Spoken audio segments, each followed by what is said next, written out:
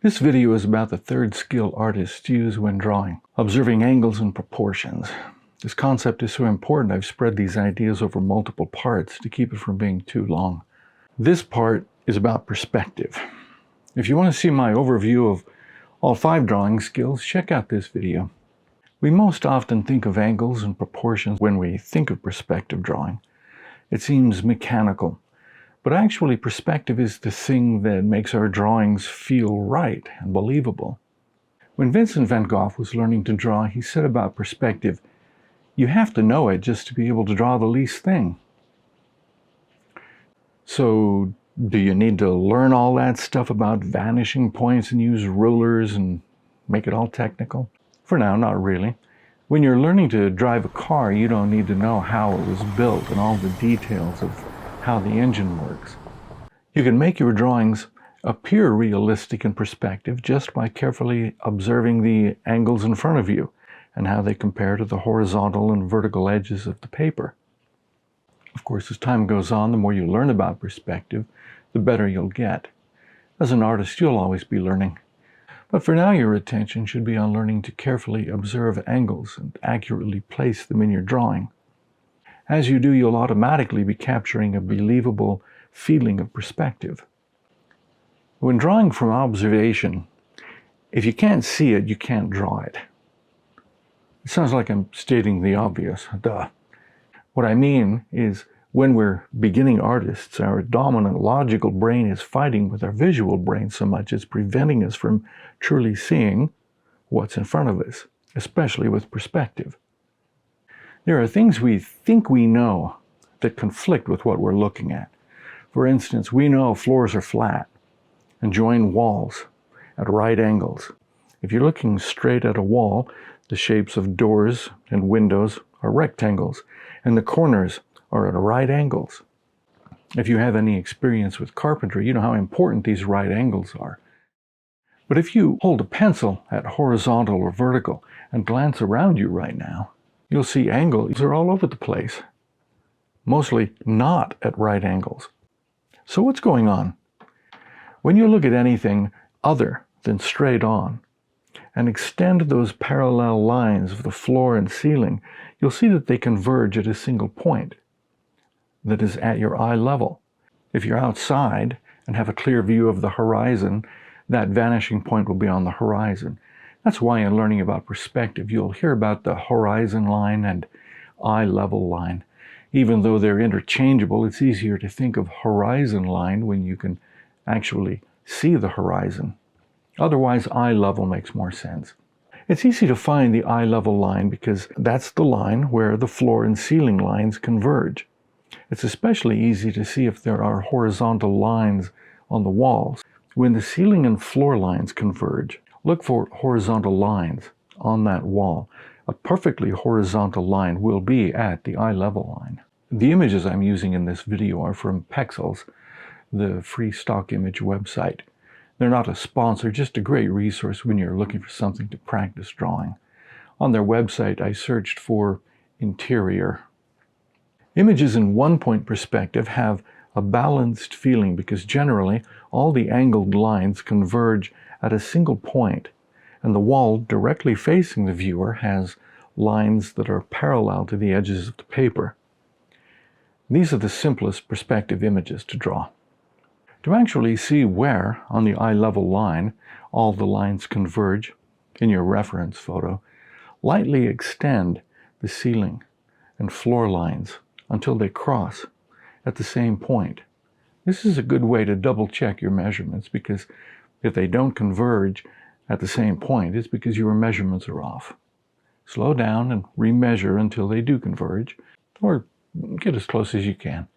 Wherever your eye level is, those angles will be horizontal. The farther up and down you go, the steeper the angles will be. Another type of perspective drawing is called two-point perspective.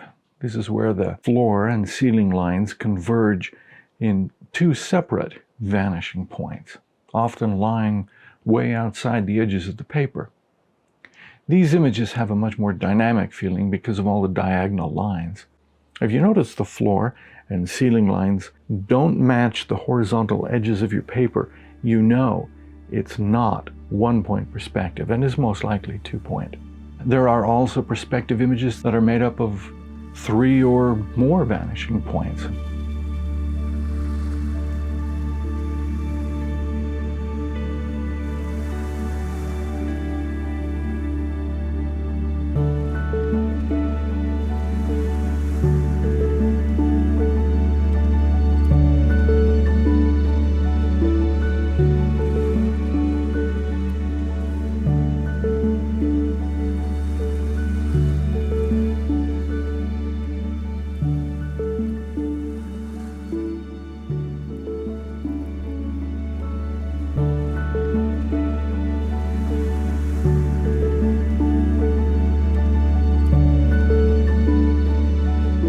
And sometimes you can't really see lines converging at all, or they seem to converge everywhere. This is where things can feel mind-bogglingly complicated and overwhelming. If I were trying to draw these with carefully measured perspective lines and vanishing points, you'd find me curled up in the corner crying. But if you're a beginning artist, start with 1-point perspective first and work your way up to 2-point perspective and more. The important thing to remember is that no matter how complicated or confusing things may appear, if you concentrate on the angles, proportions, and the negative spaces, your drawings will always feel right.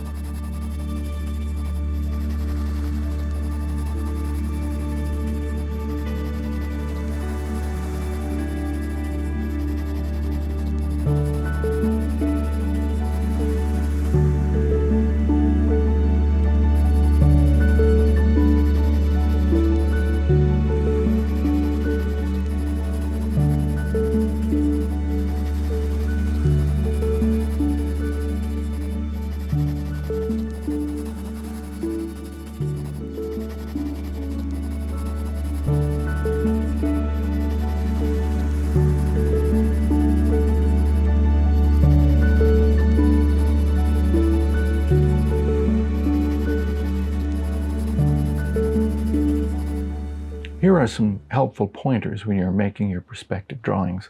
Tape your reference photo and drawing down, so your measurements are always aligned to horizontal and vertical. When you're first learning, use a second pencil to make the mark, while your first pencil is holding the correct angle position. After enough practice, you can use only one pencil. After you observe the angle and hold it in position over your drawing, pause and take a mental snapshot of the angle, then quickly move your pencil and sketch the angle.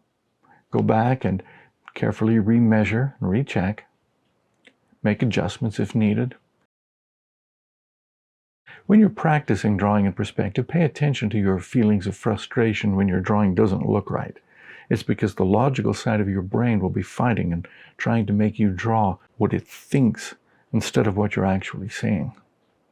Eventually, you'll be able to make these observations more quickly and accurately with practice. In the next video, we're going to see how to use angles and proportions when drawing people.